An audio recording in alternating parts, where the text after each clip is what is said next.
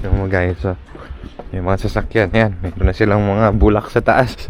What are you doing, Asako? I'm just cutting the meat for your pork tocino.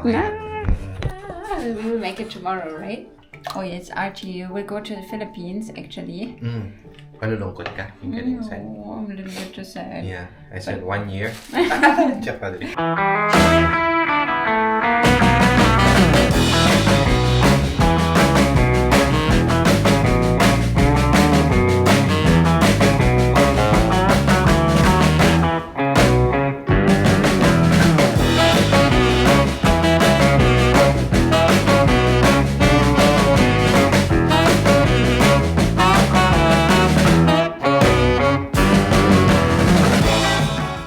I will go now.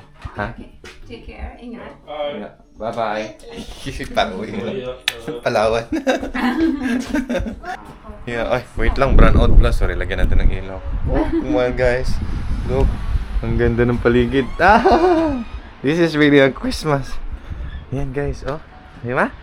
Katulad ng sinabi ko nakaraan, yan, mamumuti siya. Yan, namuti. Pero manipis lang. Yan, oh. Oh, di ba? Belated Merry Christmas and a Happy New Year. Ayan. So si Ella natutulog sa taas. Timmy naman nangungulit sa kanila. Ako naman ngayon ay pupunta ng nito para bumili ng konting grocery. So tara. Hallo, guten Abend.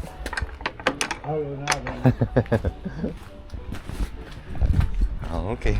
Yung mga guys, so, yung mga sasakyan, yan. Meron na silang mga bulak sa taas. Yan. Ito yung ayaw na ayaw ni Papa. I mean, pag may snow, ayaw nila. Kasi nga madulas yung daan. So, nahihirapan yung sasakyan mag-travel. Kasi nga, baka mag-cause ba ng aksidente. So, ayun. Ay, sakto lang yung lamig. Ito yung sinasabi ko na pag may snow guys, yung lamig sakto lang. Hindi nangungurot sa balat. Pag walang snow, grabing hangin. Talagang grabing kurot sa balat. Oo. Ito nga pa rin lalagyan natin, oh. Katsa. Ayan. Time check dito guys. Alas 4 pa lang ng hapon. So medyo madilim na. Pero kita pa rin naman yung daan. Ayan siya. Konti lang yung naglalakad. Isang babae doon. Tapos yung papunta ng Rhine River. Doon, tatawid ka doon sa kabila. Tapos ito naman papunta doon sa pinag-grocery store namin. Malapit lang, accessible. Kaya swerte ni Mama at Papa, dito sila nakatira. Ayan, ito naman may karate dito.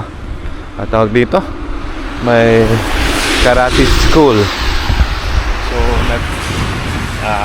training dyan sa Ella ng months. Sinubukan lang nila. Tapos sabi ni Ella daw, ayaw niya. Ayaw niya na. Hangat daw sila ng iba.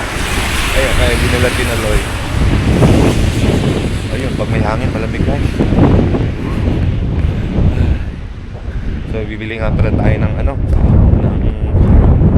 dito, asukal, brown sugar para sa gagawin natin pork tocino na yun nga, nagkikrave si Annie doon matagal na. And wala pala akong brown sugar. So, kailangan kong bumili kasi ngayong gabi prepare ko na. Tapos kinabukasan saka ko siya lulutuin. Pero mas masarap yun pag mas matagal eh. Pero gusto niya na nga kumain, wala tayong magagawa. So bukas lutuin na natin. Yan, ngayon mamarinate pa lang natin. Pero sana makita ko yung asukal na pula. Kasi yung mga pangalan dito ng ay nakasulat German. So, brown suka. Yan, yung sugar na suka. Malapit na tayo guys. Hindi na tayo. Pati na lang. So ayan, dito na tayo. Ito nga pala yung bus station. Pag pupunta kami ng Cologne, dito kami sumasakay. Ayan. Tapos ito yung ating ginagrocery. Lapit lang, no? So mamimili muna tayo, ha? Balikan ko kayo mamaya. Okay na. Nabilin tayo na kailangan natin. Nakita natin yung sugar. Tapos yung dishwashing liquid.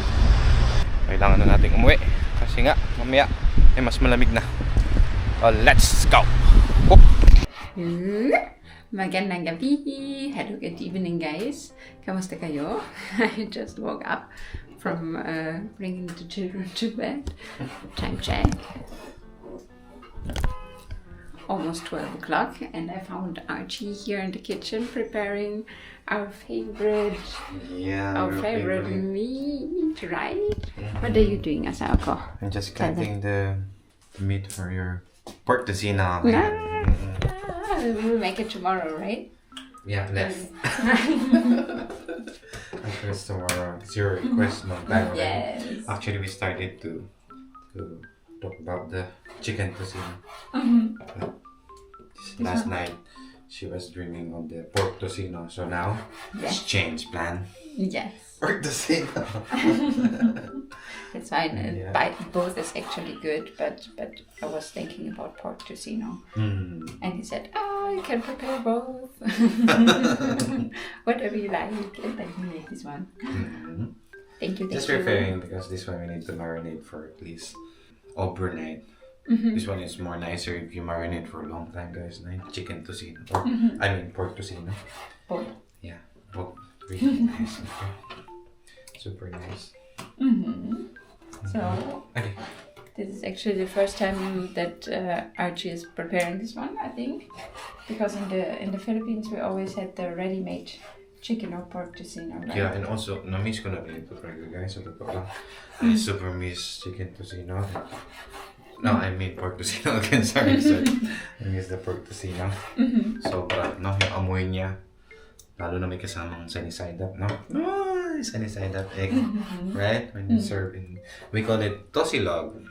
Oh, yes. Tocino and itlog. Yes. No, you always eat this one in Paris Plaza. So. Yes. And now we'll get it tomorrow, right? Yeah. Thank you. I love you. I love you.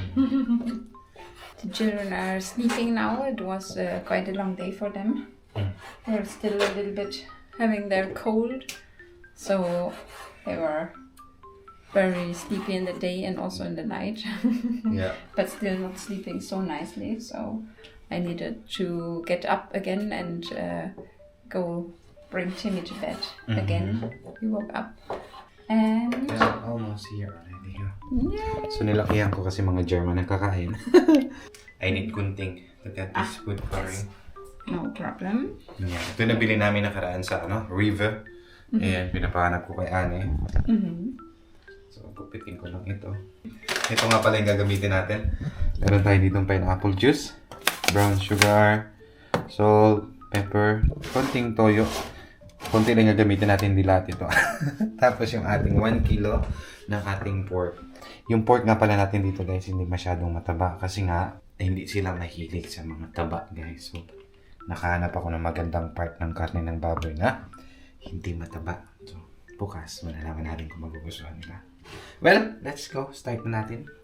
Mimix lang natin to. So, parang tinuruan na rin natin si Annie kung paano gawin to. Para pag wala tayo sa bahay, or siya lang may iwan, you know how to cook this pork tocino already that you are craving for. Okay? When you show me, then I know. Yeah, I'll show you. Okay, let's start. Okay, here, we have a very nice brown sugar dito, guys. Ang ganda ng brown sugar nila, guys. So, napaka-fine. No, Nico, no? So, lalagay lang tayo dito siguro mga kalahating cup. Ganyan. O, mas marami, mas maganda. Para diabetes agad. Hindi, joke lang. Yung sakto lang. Para sa 1 kilo. Yan. Para baka masobrahan tayo sa tamis. Eh, mahirap na. Tapos, ngayon naman yung ating soy sauce. Konti lang. Siguro mga 1 teaspoon o 2 teaspoon. Ganyan. Yan. Tapos yung ating pepper. Pepper! Ito konti lang din kasi ayaw nila na maanghang. Kailangan saktong-sakto lang. And syempre, huwag natin kalimutan yung salt. Magbibigay ng konting alat. Yan. Tapos, patakan natin ngayon ng ating coloring para mas masarap siyang tignan pag naluto. Yan sa dalawa. Parang siyang dugo. Ano ko? No? Blood. Yeah. We'll see later how it goes. Tapos itong ating pineapple juice. Yan. I wanted to see it now in the camera. Why? Boy. Ay, goodness. Bango ng ano nyo, pineapple juice nyo. Ang pangalan nga pala ng pineapple nila dito, guys, ay ananas. Yes. Ayan, ananas. And you had some troubles to find ananas juice, It's right? really hard to find because they're not used to it. Yeah. Yeah. We had for a while, but nobody bought it, I think. Nobody bought So it. it got less and less. So, ngayon, nalalagyan na natin to. Yeah. Cut. Ayan. So, dadagdag to ng another flavor. Mamaya. Pango! Ang tagal ko na hindi nakaamoy ng ng pineapple, guys. Sa totoo lang, almost 2 months na. Didn't amoy-amoy the thing, smell. Ngayon naman, kailangan natin i-mix ito. Dapat nakapaghugas tayo ng kamay pag wala tayong gloves, guys. Okay, i-mix na natin. Para mas pumasok yung flavor sa karne. Ayan, mula-mula na siya. Ang ganda ng karne ng baboy nila dito. Kapag hindi pa tayo kontento sa kanyang kulay, guys, pwede pa tayo mag-add. Lagyan pa natin ang food coloring. Pinapigain lang natin para mas pumasok. Yan. Mas feel ko siya na walang gloves, guys, kasi mas nararamdaman ko yung laman. Pero kailangan natin maghugas ng 3 beses, ha? You need to wash 3 times, no? In Rhine River. It's really hard to wash your hands right now in the Rhine River. It's very cold. Kaya madami. Nag-i-slow nga pala sa labas. Diyan lang tayo sa gripo. No, ayan na. Did you follow my procedures? Yes, yes. So, biglang nagising si Timmy, guys. It's enough. Si Ella, kailangan ng milk. So, re-responde muna natin si Missy. Bago ko nga pala makalimutan, mga pre, lagyan din natin ito ng garlic powder para mas kumpleto yung kanyang lasa. Iyan. So, mix na natin ulit. So, si Annie ngayon ay nasa taas na kasi nagising na si Ella. So, kailangan mapatulog niya ulit. Ayan, maganda na yung kulay niya. Ito na yung gusto natin na kulay na ma-achieve. Tapos mamaya, ilalagay na natin to sa fridge. Para bukas, lulutuin na lang natin. Ayan. Ano yan, Radyo? Radio, How is yes. Ella? Is Ella sleeping? is sleeping now again, just drinking milk and Yeah. then... I'm almost done. What else did you do? Just mix it and then I forgot to put the lap. I forgot to more put the garlic powder. So okay. it has more to add a little bit more flavor. Okay, ilalagay na natin sa plastic para lagay natin sa fridge, no? Hindi takaw space sa lalagyan. Ilalagay natin ng sandok. Unti-untiin natin. Ayan. Shall I help you somehow? Oh, it's okay. I love you. I want you to be happy and relax. And listen and learn. What do you think? Ganyan lang yan. Sunod na lulutuin natin, guys, mang inasal. Inasal. Yeah. Kasi, malapit na akong umalis. May iwan ko muna sila, kaya lulutuan ko sila namang inasal. Oh yes, Archie, you will go to the Philippines actually very soon. Malulungkot ka? Yung ganyan sa'yo? No, I'm a little bit too sad. Yeah. I said 1 year. Joke pa rin. No. Joke lang. No, he needs to fix some important things. And I actually told him you can also go 2 months so you can enjoy your Philippines, your happiness place, your food. But he said he will only go 1 month. Yeah, Yes. it's enough already. Yeah, because he misses us. Yeah. I love you too. I love you more. Actually, less than a month lang, guys. May asikasuhin lang tayong importante. Napaka-importante. So, ito na. So, ito na yung ating finished product, guys. So, ngayon, ilalagay na lang natin yung sauce na ginawa natin. Use lang natin yan. Yan. So, yan na yung ating marination para bukas. So, it smells very good. So, can you give me some luck? Oh, Already. Okay. Smells very good with the pineapple juice. Okay. Perfect. Stop. Yeah, we can sell this one actually. What do you think? Yeah, sure. Why not? Yeah, but we can cook this one for tomorrow. Yes. Yeah, meron pa kaming tala dito na bulalo, guys. Ayan na lang, oh. Uubos na nila. So, awa ng Diyos. Nakatulong talaga yung mga sabaw-sabaw natin sa Pilipinas na niluluto dito sa sa sipon-sipon nila. Nawala yung sipon ni Ella, pati ni Timmy. I mean, meron pa rin pero konti na lang.